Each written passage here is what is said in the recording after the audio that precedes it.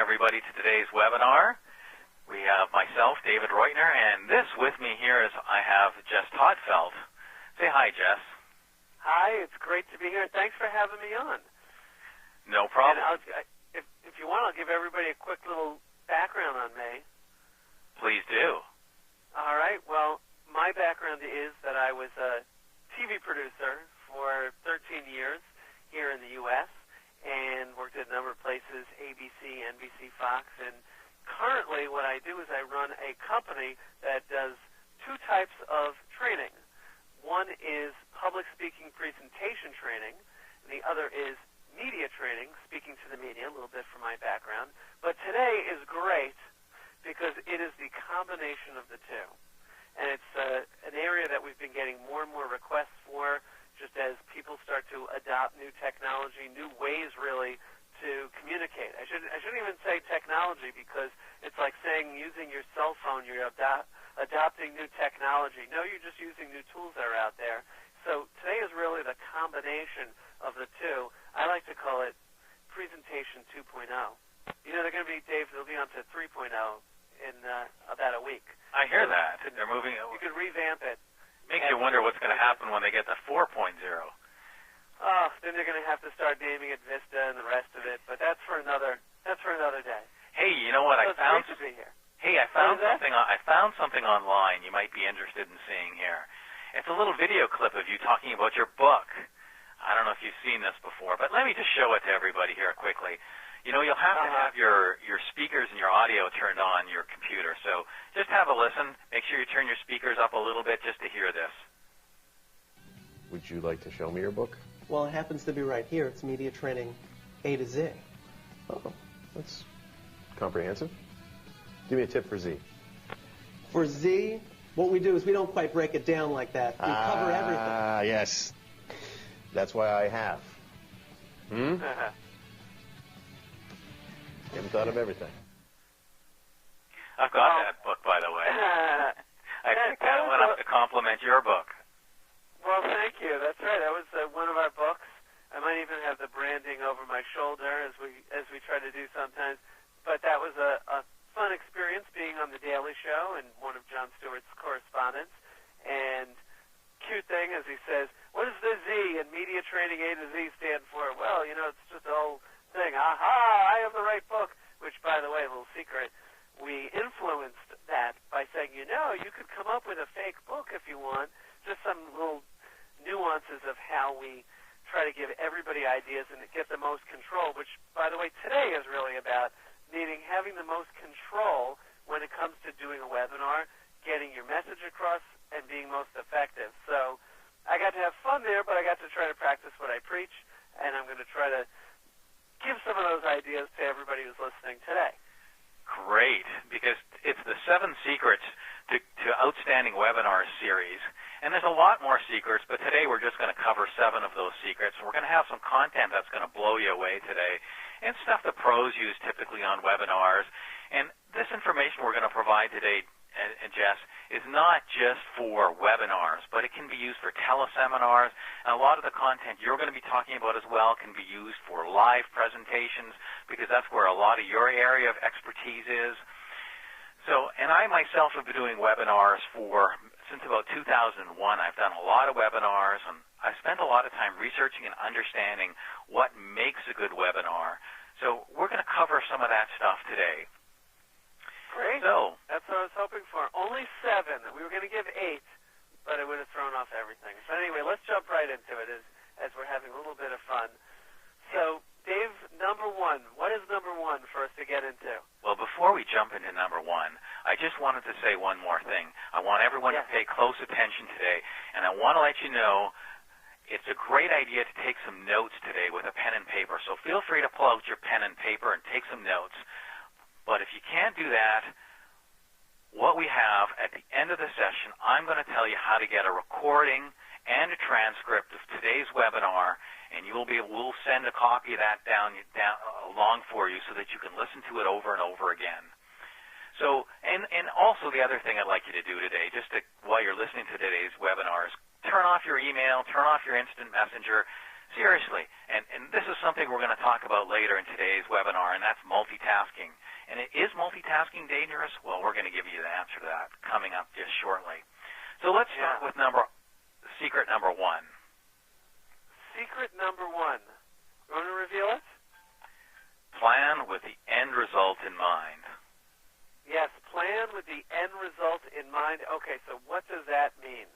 What that means is thinking about what do you really want to accomplish. So if you're somebody who is actually selling a product or a service, then obviously you have to think, okay, that's the end goal. What do I need to be doing the whole time if I really want to achieve that goal? One mistake is that people get so caught up in the planning, as we see there. And planning is important, but focusing on all the slides, and I got to get my bullet points together, and I got to do this. But what are you saying? What are you really doing to be in control, to make things happen? And by the way, let's say you're not selling anything. You're doing a training session, or you're talking about safety. Okay, well, what's the end result? You want people to be safer. You want people to be trained by the end of watching you, to learn some new skill. So if you're too focused in this direction, in making sure that you're okay, that your notes are fine, that you're doing what you want to do, you're not focusing on everybody else who's listening and watching, ideally, like you are right now, and knowing that they're really trained. So if they're checking their email, like we just mentioned, if they're multitasking and doing 15 other things and focusing on everything that is not this webinar or this seminar, whatever we want to call it, it's just a new way to bring information through. But if they're not focused, dead in the water. So think about what your end result is and how you want to get there. Absolutely. And some other good things to think about is while you're doing your planning, really get a good understanding of what does your customer want and what is it that you're trying to give them. Does your customer want more time? Do they want more money, better health, more recognition by their peers? Get a good understanding psychologically of what your customer is looking for. The other thing you want to do is, why are you doing this webinar? Is it to promote something? Is it to sell something? Is it to demonstrate, market a product? Or is it just to train and inform an audience? No matter what you do need to decide what the end result is and what the action you want those people to take at the end of that webinar. Another good thing is, who is your target audience? Are they techies? Are they accountants? Are they older, younger? Is it a corporate crowd? Are the individuals? For example, if you're going to hold a webinar for a corporate crowd, maybe a daytime hour might be a better time to hold it. If you're doing one for individuals, maybe it's better to do it at 7 p.m. on a weekday evening. So those are some of the things you need to think about. Also, because you're doing a webinar and you've got the option of using pictures and graphics and screen sharing on your screen, you need to have something to show them. For example, if you're selling diet products, maybe you want a skinny person holding up their fat pants or something like that. I like it. Dave, can you put up the picture of you holding your fat pants, or did you not? Or are you wearing them right now? I'm wearing my fat pants right now. Maybe I'm wearing mine. Anyway, yes, you want to do that. Oh, and we're on to number 2, as you may have seen pop up on your screen, which is surprise people. Now, what are the expectations when you tune into a conference call, a webinar, a teleseminar, or go to a meeting?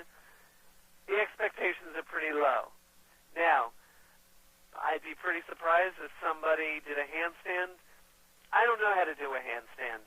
So we're going to give you some real ideas of what you can do to surprise people without having to do a handstand. So what this means is spend less time focusing on telegraphing the outline of your presentation and everything that you want to accomplish or get to, and start speaking to them in a way that gives them something more interesting.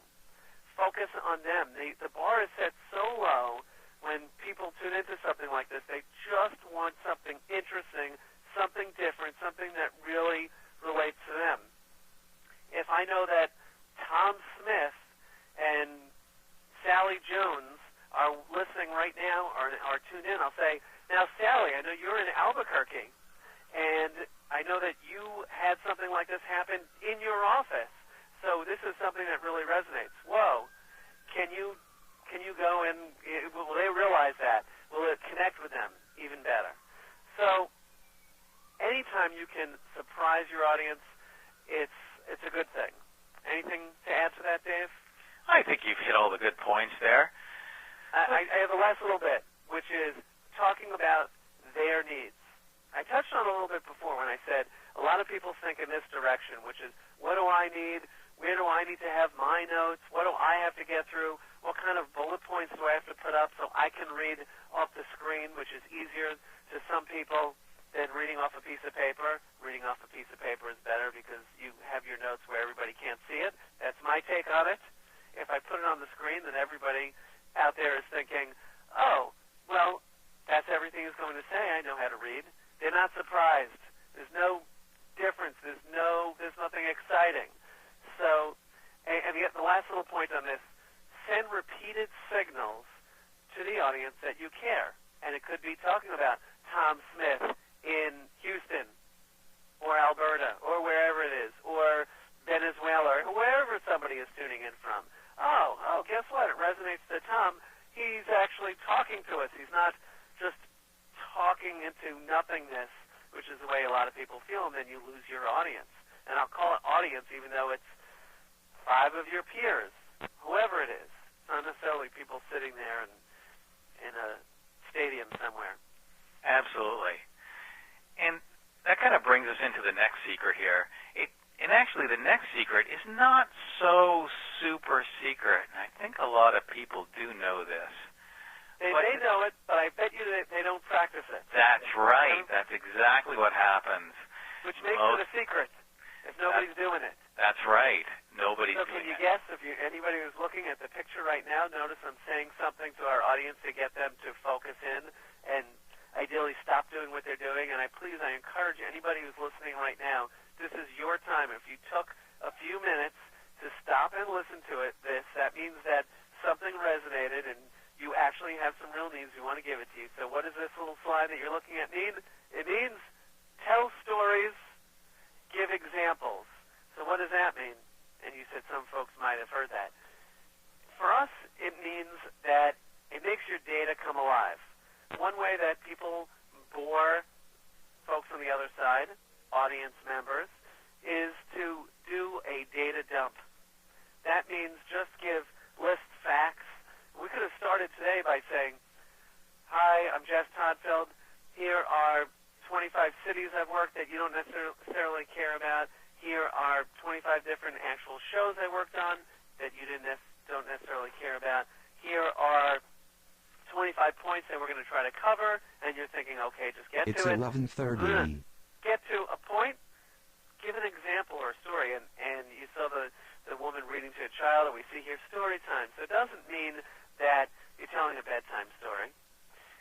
Sometimes people just get so focused, and I just trained a client on this past Friday who he said, I know stories, you're supposed to do it, and it helps resonate with people, and I get it.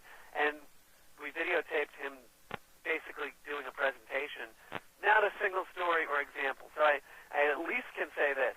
If you think that the magic phrase of a speaker is this, for example, then use that. So anytime you're making a point, you're saying, we need to be more on top of it when it comes to these accounting procedures. Okay, for example, if this happens, we need to do this. If this happens, which once happened to Andrew Jones in Tuscaloosa, well, then we need to do this. Oh, hey, everybody's saying, I know Angie, and, well, okay, that might be something that happened to me. It may not be, but it's solidifying it. And, Dave, if I have a second, I'd love to tell people what I tell physical classes about the staircase when it comes to presenting. Can I do that? You can do that. And I have a question for you after this, too. Okay, so I'll let you ask it after. So here's what it is. At the top of the staircase, we have facts and intellectual ideas and the real brainy stuff up here 60,000 feet. Down at the bottom of the staircase, we have stories and examples and the emotional level where people really connect with what it is that you're saying. So if I give a story, and it was, or how about a very short example that I instinctually did just a second ago. I said I worked with a gentleman in a training who stood up, and he gave a PowerPoint presentation, and although we usually say it's not a PowerPoint presentation, it's a U presentation. That's something else maybe I'll bring up later. But anyway, he did it, and he realized after watching the video that he didn't have a single story. It was just data, data, data. And I said, so what's your analysis of that? And he said, I think I'm boring myself. And I said, I will agree. Don't do that. Don't bore people, which gets back to surprising people and the rest of it. And Dave Reutner, you had a question. What is it? Well, it brings up a point. Data is definitely hard stuff to remember, and stories are easier to tell. So that brings me to my question, which is, Jess, what's better, script or notes? Should I have a script and read everything off to the presentation so that I can remember everything, or should I just make little notes and reminders? What's the best way to go?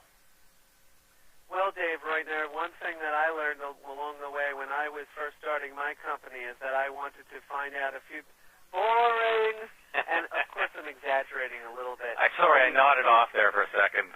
Yeah, I know. I believe that you did nod off when I was doing that. And, you know, Dave, you said to me the other day when we were gearing up to do this thing and just chatting, you said you were listening in on or I guess watching too, a webinar, and you said you knew, even though you could not see the presenter because they were just doing the version where you just see the PowerPoint, and that's fine for some folks, you said you knew for a fact that person was reading. And another way I just want to bring up, as we're starting to realize the answer here, that you knew they were reading, I said because they were using larger words. They were up at 60,000 feet, and it doesn't mean talk like a simpleton or talk down to the people who are your audience. It means talk in a conversational way. The problem with writing out a script is it looks great on the page, and it reads well, and you know what? That would be great as a handout or a leave behind or something you want to email in advance for people to check out. Beautiful, wonderful. But for you, when you're actually doing it, you want to have a bullet-pointed list. And I have right behind me here, this is actually from an actual speech that I gave last weekend. I'm not going to show you the bullet-pointed list that I'm using for today's webinar because then I'd be showing you my notes. It would be, the rest of it would be boring. There's no surprise if I either put it on the PowerPoint screen or I show you. So I'm actually going to show you something from a different speech. And what do we see here? We see, oh, here we go, Susan Boyle. Dave, do you know who Susan Boyle is? Isn't she a daytime soap opera actor? She's that woman who was singing a Britain's Got Talent and swept the world. Does it sound familiar to you? Oh, yes.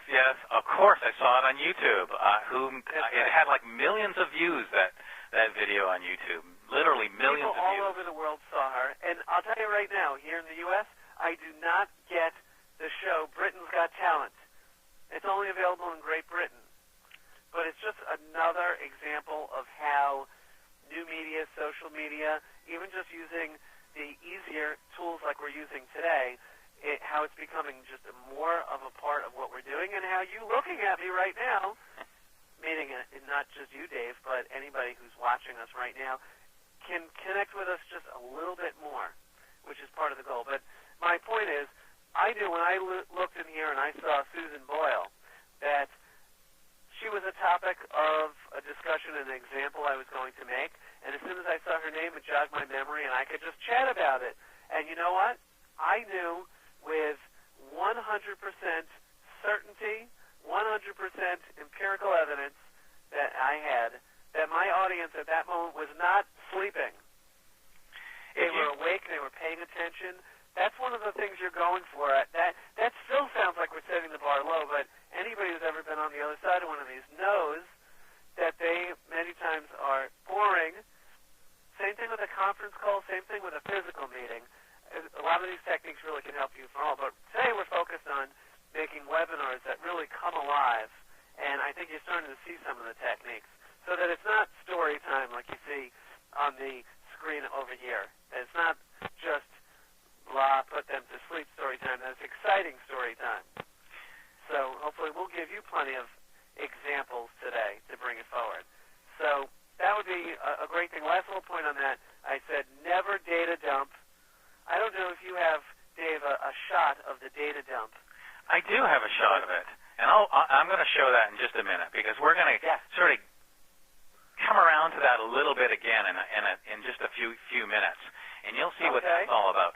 But so right now, for all of you that are online and you're on YouTube right now, get off of YouTube, come back to the webinar for a second because we're going to hit the next point. Yeah. And the next point... Right before you say the next point, can I just say a little something about you, Dave Reutner? Yes. Anybody who's listening right now, I hope you have some great ideas, but Dave Reutner is a guy who brings it all together, makes it easy. He made it very easy on me today because I didn't have to think about anything to make the technical side work. I let him worry about all of that. And, Dave, how can people get a hold of you if they want to do webinars that really make them shine? Well, come to my website. It's messageimpact.com, or you can email me direct at info@messageimpact.com. So the best ways to get a hold of me are right there, or you can call me direct at 1-888-843-5778, and we'll put that number up again at the end of the conference, and same with your information, Jess. Do you want to leave some stuff, some contact information for yourself? All right, you twist my arm. I'll do it very quickly because I'm caring about the audience first. So I'll just say, if you want to check out my website, MediaTrainingWorldwide.com. And one thing that we don't have time for today is for me to tell people how we use this little thing called the tick buster, a verbal tick buster, to get rid of ums and ahs, like, all of those types of verbal ticks. And I'll send one to people for free if they just send me an email. I don't have anything set up with me grabbing your email and putting you on list forever. I'm just saying just send me an email. But make sure you reference this so I know what the heck it's for, what I promised. So my email is Jess, Jess, like Sam, at MediaTrainingWorldwide.com. And I'm sure at some point between now and the end I'll offer something else and tell you that you should do that, or tell you about one of the physical workshops where you can come visit us and do a Presentation 2.0 workshop.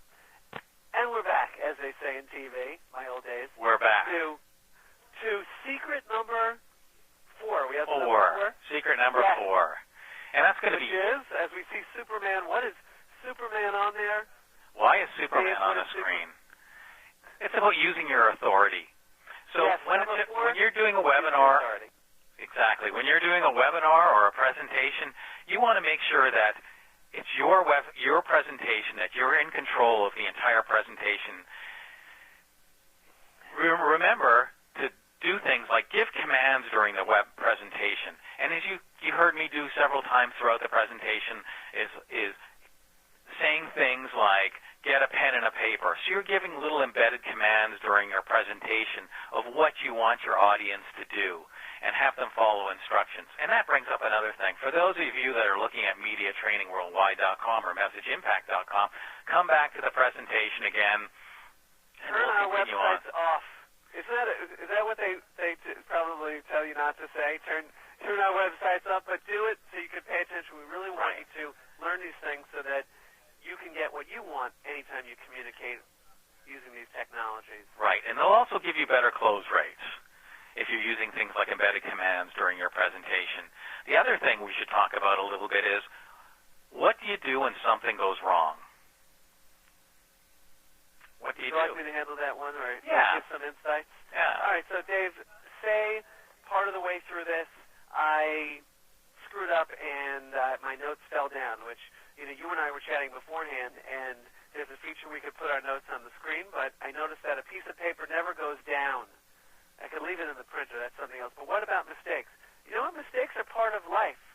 My wife once said, we had some friends over, and we were barbecuing, and he cooked the steak a little too long, and he was upset, really upset, and she turned to him and said, and she has no idea I'm bringing this up today, but she said, Mike, you're looking for perfection in an imperfect world. And it always stuck in my mind. I bring it up to her, and I say it's this moment of brilliance, and she said, really? But what happens is we're always looking for perfection in an imperfect world, and am I going to stumble on a word through here being Mr. Speaking Expert? Possibly. Probably. You know what? I'm human. Am I going to take a drink of water like I just did just a minute ago? Yeah, well, you know what? I think it's interesting for people to see me act like a real person and not think that I can't do it, as now Dave felt like he can drink out of his enormous-sized coffee, and as I tease him on there. But things happen. And you know what? If I made a mistake, here's the most important secret in terms of this, which is don't apologize and don't call attention to it. So if the wrong slide went up, and this actually happens to be a slide, authority, even the little guy, or woman, by the way, we don't want to exclude anybody, but even the little person can be the big authority. But let's pretend we put the wrong thing up and it was the one from the beginning of folks sitting in a conference room. Well, you know what? Roll with it, or just go to the next slide, make no reference to it. As soon as I start apologizing, as soon as I start saying, oh, you know what, it's hard to tell from that slide that what the numbers are in the bottom. I know you can't really read it. Everybody who's listening right now says, well, why didn't you just put up a slide that I can actually read? Why didn't you actually do something where you're thinking about me? It's like me saying, I would have liked for you to be able to see what we're doing today, but I meant to install the new version of Microsoft on my computer, but I didn't really know how to do it. I don't care. Get your act together, Jess. That's what people would be thinking. Or, oh, I'd like to be able to tell you secrets 5 through 7, but my printer was jamming. So it's 5 secrets instead. But that's what you're saying to people when you apologize, when you point out a mistake. And I'll tell you, in live presentations, I've had every mistake, every problem, and I know Dave, having done even more webinars, and I've had some little issues in webinars and just kind of didn't mention it, but I bet you've had every problem and situation happen. Am I right? I've had a lot. And you had never draw attention to those. Never draw attention to your mistakes. That's right, and none due to any of Dave's doings, but just life, meaning, something happens, okay, you deal with it, you make a quick adjustment. If the end goal that we said plan with the result in mind is to get people to understand a new concept, to motivate them to do something, then that's really where your focus should be. In fact, one thing, I know we're on secret number 4, but, I'm going to include the 4 cornerstones of great presenting, which is important for this, too, when we get to secret number 5. Okay. So go ahead. Secret number 5. Here we are. That's a happy bunch on that slide right now. What do you think? Do they look engaged? Do they look entertained? What do you think? This is like no audience I've ever spoken to before. I've had happy audiences. I'm happy to report back and tell you that look at that guy in the front row. He is, as they say in TV commercials, delighted. Yes. So, how can you delight your audience? So that's secret number 5. 3 things. Engage, entertain, and educate.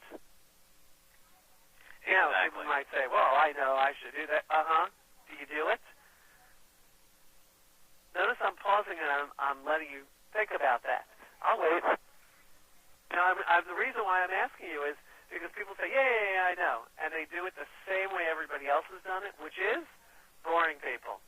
Right. So, what should you do? Yeah, Dave, quick thought? Some of the different things you can do is have a co-host like yourself and myself, so that kind of keeps people a little bit more engaged during the presentation. Another thing you can do during webinars, and I'm not using it today, but we will show you in some of the webinars, is doing things like polling, and that's engaging the audience by asking questions of the audience and asking them to answer perhaps multiple choice polls, those kinds of things. And you can even immediately see the results on your screen to some of these polls. You can do things like giveaways during your presentations. Perhaps you have a book you wanted to give away or a prize or something like that for someone that's answered the right questions or perhaps has listened to your entire presentation. So those are some of the things you can do. Definitely create curiosity, ask a lot of questions, and provide useful content that you have. Offer something of value to your audience, making sure that you're just not a typical sales pitch, that you're offering some value and something that they can use in their business or in their personal life. And for Dave, the people who aren't necessarily using this technology to be able to, or new method of communication to be able to connect with other people, say even in their own business, they need to also connect, provide that same value, really be thinking, if your end goal is to train people, make sure that you're focusing on training them. We see a slide right now, which is somebody writing on a chalkboard, which brings us to part of engaging, entertaining, educating, which is don't data dump. I mentioned this earlier. Bullet points on a screen are, all right, here comes something earth-shattering. Boring. All right, oh, there's the data dump. I don't know if you can hear it. We have the police apparently outside our office. After you again. Their sirens. So you know what? Is that planned? No. Am I having some fun? Am I doing something interesting? Hopefully the one person is entertained by that, which might be just Dave. I don't know if you could hear that, but they were driving by. Anyway, the data dump. If you are doing either a verbal data dump or the visual version of that, hey, how does that chart look to you on the right? Oh, can you tell and see what our quarterly earnings are from that chart? No. It's too small. And you know what? Even if I clicked on it and made it full screen, you still can't see it. That was kind of the whole point, by the way. Yeah, it's really hard. People can't multitask these days. I know everybody wants multitasking, but in my opinion, multitasking is a bit of a disease today because it's very difficult for you to get anything done by doing too much multitasking. It's very difficult for someone to sit here and listen to someone present something and read a slide at the same time. And as you've noticed today, we've got a lot of visuals happening throughout the presentation today, and we're not just doing straight old data dumps on you with lots of text on the screen, lots of graphs and charts, which are really difficult to follow. This is typically information you can give to people at the end of the webinar or at the end of the presentation. Have them review it on their own time, because once you start showing this kind of thing, people don't hear what you say because they're too busy reading the slide. And if you're reading an email, you're getting other messages. It's like trying to talk on the telephone on both sides and listen and actually know what people are saying, and it makes no sense. You cannot hear and be able to understand either one, which makes it a waste of time. And, oh, Dave, I'm glad you put that up with an actual presenter doing the data dump and showing a graph like that. They're turning their back on their audience. We've seen this before, and we know that it means take out the BlackBerry, check your email, take a nap, do anything that is basically not paying attention to what's going on.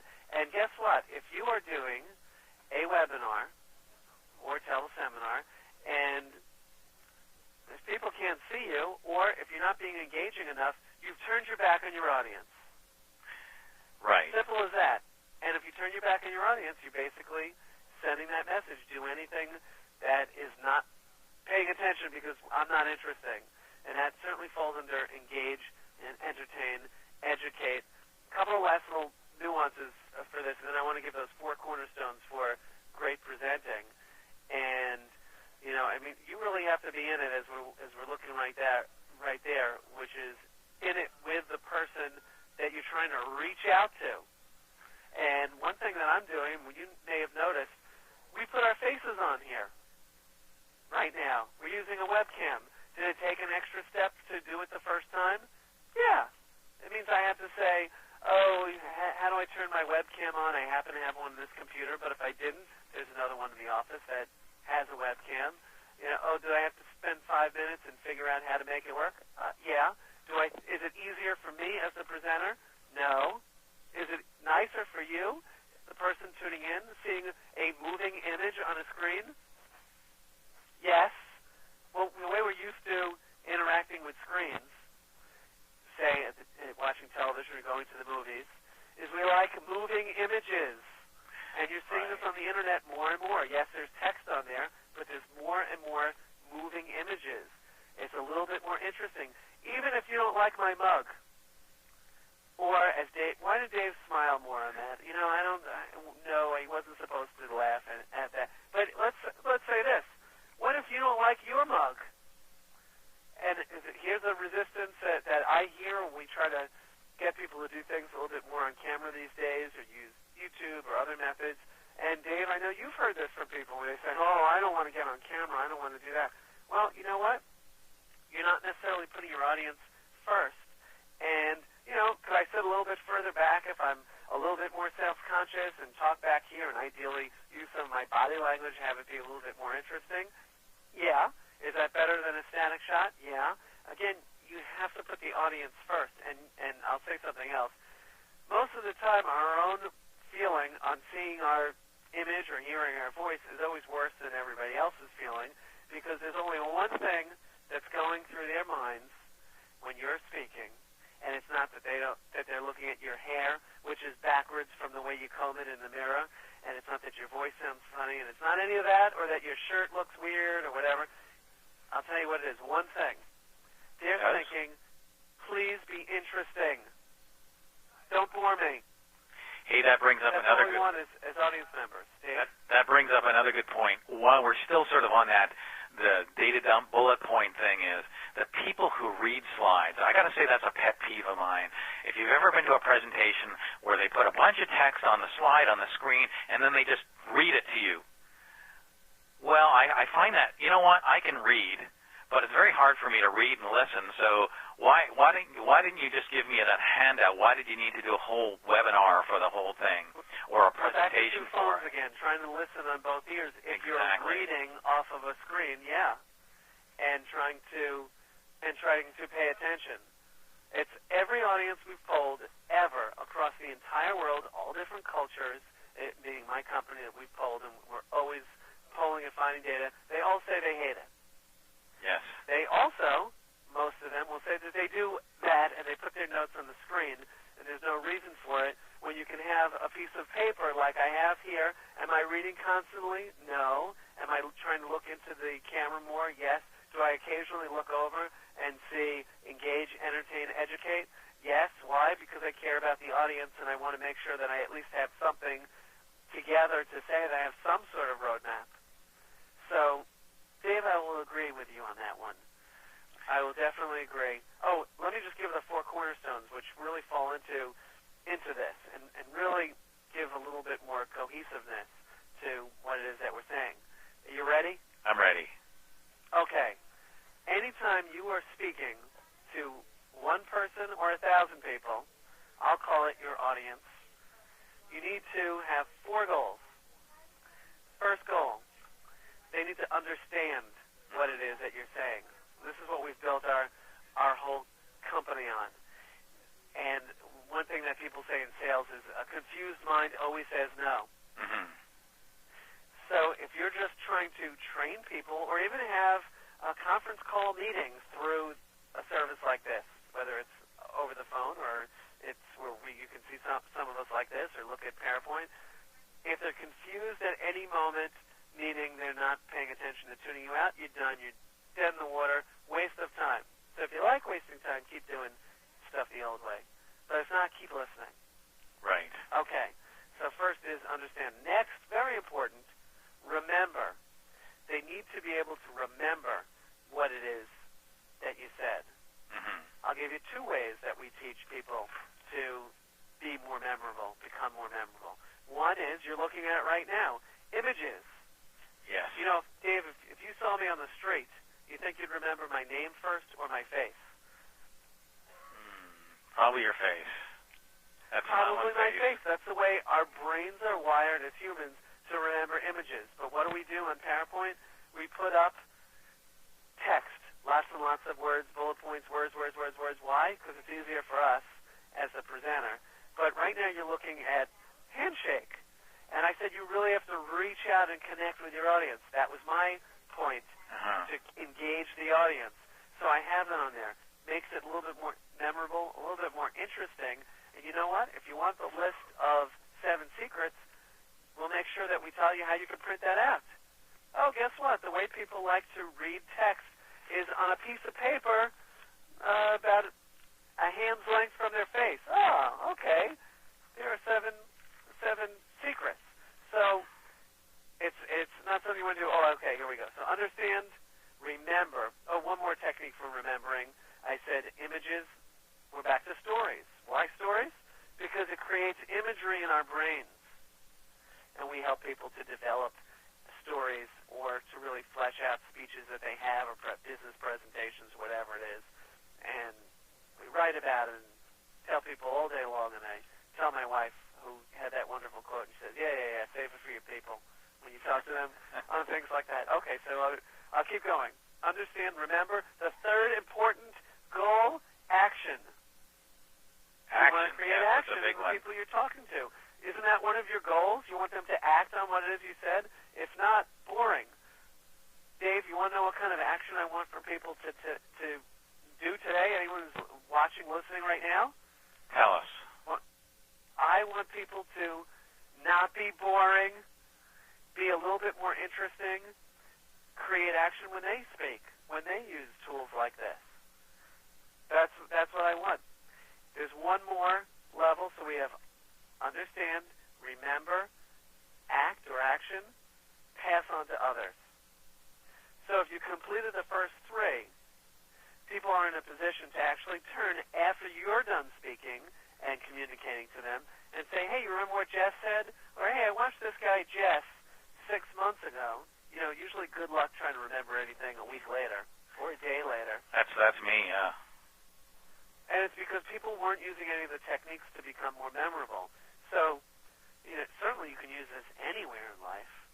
By telling stories, you know, somebody might remember the story I talked about being, trying not to be perfect in an imperfect world, about the neighbor that I had, and he's making the steak and what it's like barbecuing, and you see the visual, and maybe you kind of see the way the neighbor looked. I used dialogue in there when he was upset, and I had characters. My wife was a character, and the neighbor was, I was. So those are all elements that we teach people, but that's a way to become more memorable.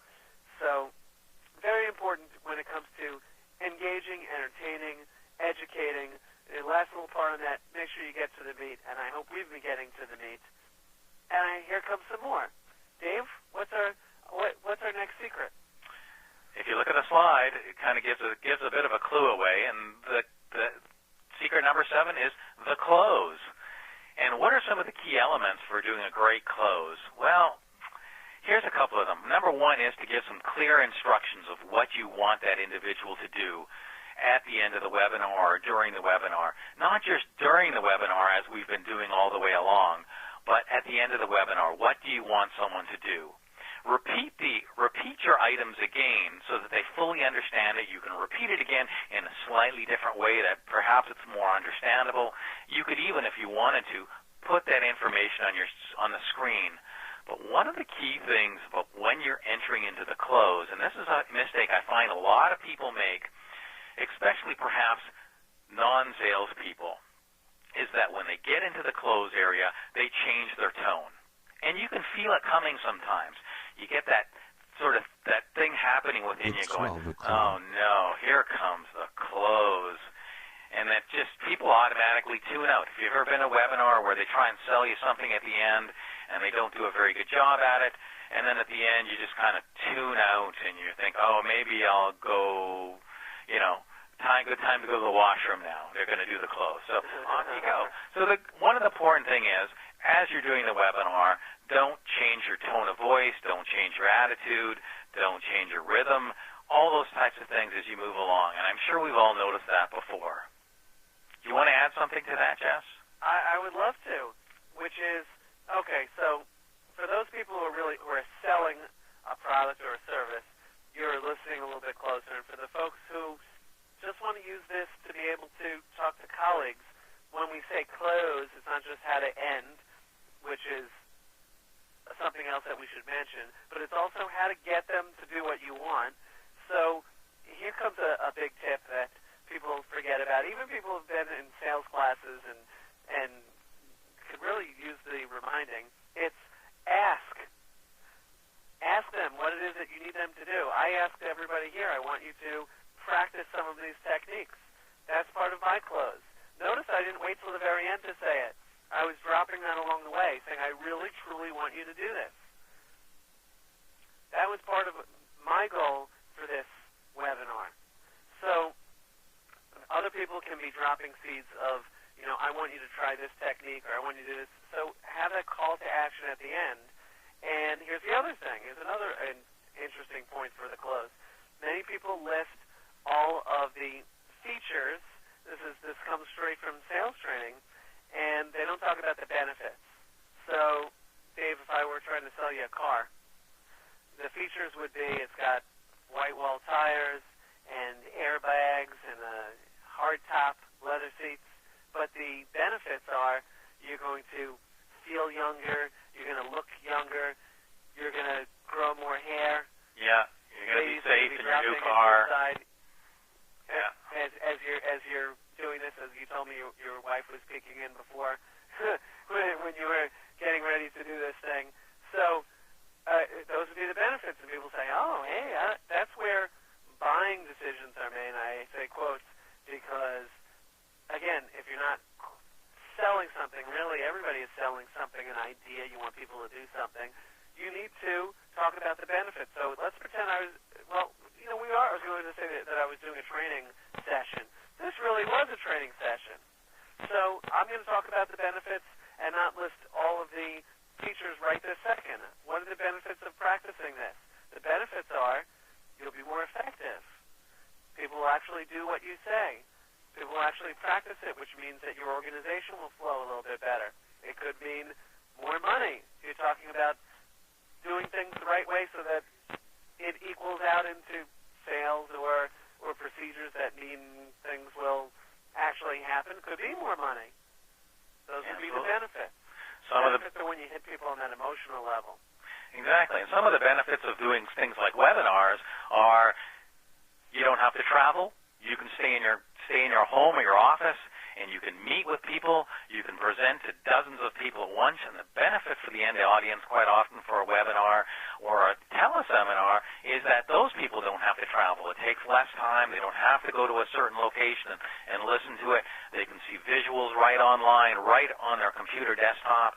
So there are definitely benefits there to doing webinars. And if anybody is interested in learning more about webinars or learning about some of the different products that are available, we offer 4 different webinar products. And the best way to find out more about that is just go to our website at messageimpact.com. You'll learn a lot about some of our different webinar products. And please do give me a call if you have questions about it, because it is a very confusing market these days. There's so many different products, and they all have their little nuances. What we're using today is Adobe Connect Pro, but if you want to learn more about some of the differences, do give me a call at 1-888-843-5778. So I can be reached at some of those numbers. I love not even having to worry about the fact that this was Adobe Connect Pro or whatever it was, and Dave was just fine with that because that's what you do. You take all of the thought out of it. I mean, you and I had questions. You say, hey, you want this feature, you want that feature, and there's also the danger of trying to use every last feature. And so thankfully we didn't do that, but I'm trying to think about the audience and deliver some good information. By the way, if you want to reach me, if you want to have information about one of our Presentation 2.0 workshops, could be doing a physical presentation, could be one like this.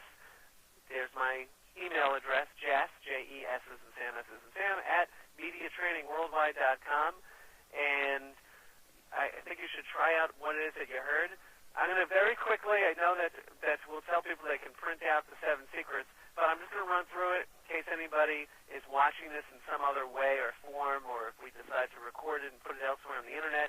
Number 1 was plan with the result in mind. Number 2 was surprise people. Most people bore their audience. Number 3, tell stories. Give examples. Number 4 was use your authority. Tell them what you need them to do.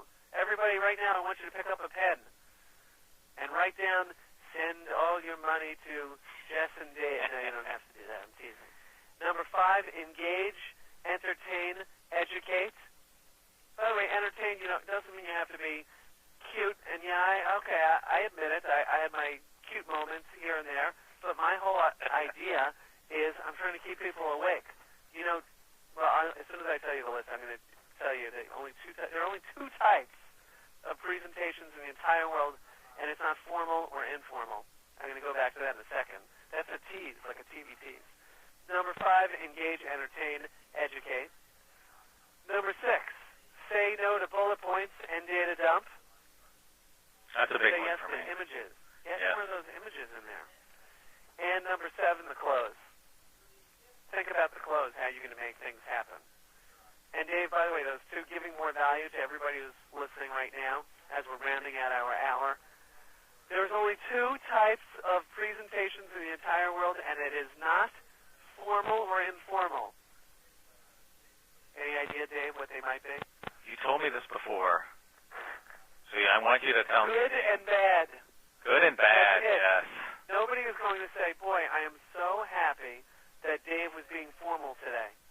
Hey, Dave, nice job. You were really formal. Thank you. No. I should have worn my T-shirt, with the tux emblem on the front, the black T-shirts with a fake tux look. I like that. Give me a little more formal but informal at the same time. Next time you and I, we can wear those. And, listen, it also means knowing your audience. Look, I wore a sport jacket today. I tried to, you have a nice button-down shirt. We tried to look presentable. We tried to not be so cute that you didn't get any information. But we tried to liven it up a little bit, call attention. And Dave, I told you, I used to work at a company, and we would do sessions like this. Here comes a story, an example. Okay. For example, in terms of being bored, I used to notice this one guy who would talk with us via DC. We had people in different bureaus. He would put his head down, and he would read his notes, and we would look into his bald spot the whole time, Yeah. which, was interesting for the first time, the first day, but after that, not so much. So really practice these things, my call to action. Dave, some last thoughts as you put up there, Message Impact. Please go there. Check it out. Please check it out, the website, and if you want a transcript of this program or this webinar or audio recording or a video recording of this webinar. And write it down. No, and then, just come to the website. Give me a phone call anytime. I can be reached toll-free at 1-888-843-5778. If you're calling from somewhere else or from perhaps overseas, you'd want to dial the direct number. It's 250-585-2232. That's 250-585-2232. Or you can email us at info@messageimpact.com. And now I feel less friendly, thinking about my audience first, that I didn't have my phone number on there. I figure everybody likes to email. So I'm going to tell you the 800 number, 1-800-755-7220. It's on the website. You can check it out there, too. We have a number of ways we help people. But I hope today everybody listening felt like they really got something useful. So, Well, Dave, I guess that's it. We accomplished our goals, which was to put out some really useful information. I think if you really sat and counted it, there were really more than 7 secrets there. Should we go back and erase most of them? I think so. We do have a lot more Do you think we should secrets. do that? All right, we'll leave it. I think we should leave it. We have a lot more secrets we'd love to share with you at another time. Obviously, we just don't have the amount of time that we'd like to share and some of the information that we'd like to get across to you. We just don't have the time for that. So I want to thank everyone for attending today, wishing you all the success in all your forthcoming webinars, seminars, presentations, whatever, and give Jess or myself a call if you want to learn more about live presentations. Jess is the man to talk to about that. If you want to learn more about webinars, teleseminars, or some other communication products, do give myself a call. Thanks again for attending, everyone, and have a great day.